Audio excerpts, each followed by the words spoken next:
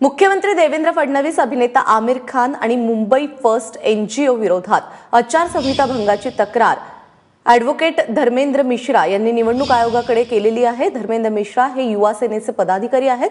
प्रचाराची वेळ संपल्यानंतरही देत असलेल्या मुलाखतींमुळे शिवसेनेची बदनामी होत असल्याचा आरोप यामध्ये करण्यात आलेला आहे।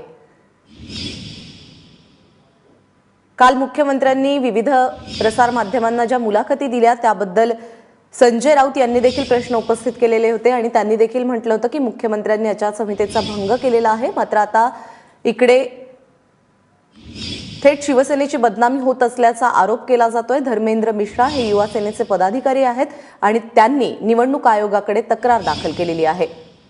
आचारसंहिता भंगाची ही तक्रार दाखल करण्यात आलेली आहे। मिलिंद भागवत आपले प्रतिनिधी आता आपल्याबरोबर आहेत। मिलिंद, काय नेमकी ही तक्रार आहे आणि अभिनेता आमिर खानचं नाव देखील यामध्ये येत आहे?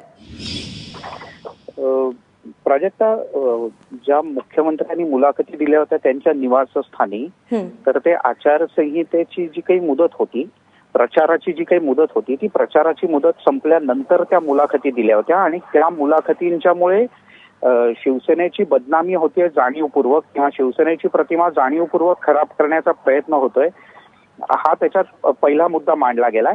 आणि दुसरं, त्या पाठोपाठ मतदार जागृतीच्या संदर्भातलं जे काही एक अभियान राबवण्यात आलं होतं, त्या संदर्भात ज्या काही वेगवेगळ्या बैठका झाल्या होत्या, तर त्या बैठकांचा संदर्भ देऊन सुद्धा त्या तक्रारीमध्ये असं नमूद करण्यात आलंय की मुख्यमंत्र्यांनी त्यांच्यासह आमिर खान आणि अन्य काहींच्या प्रतिमेचा उपयोग केला आणि म्हणून ती तक्रार निवडणूक आयोगाकडे दाखल करण्यात आलेली आहे। मिलिंद, धन्यवाद या सगळ्या सविस्तर माहितीबद्दल।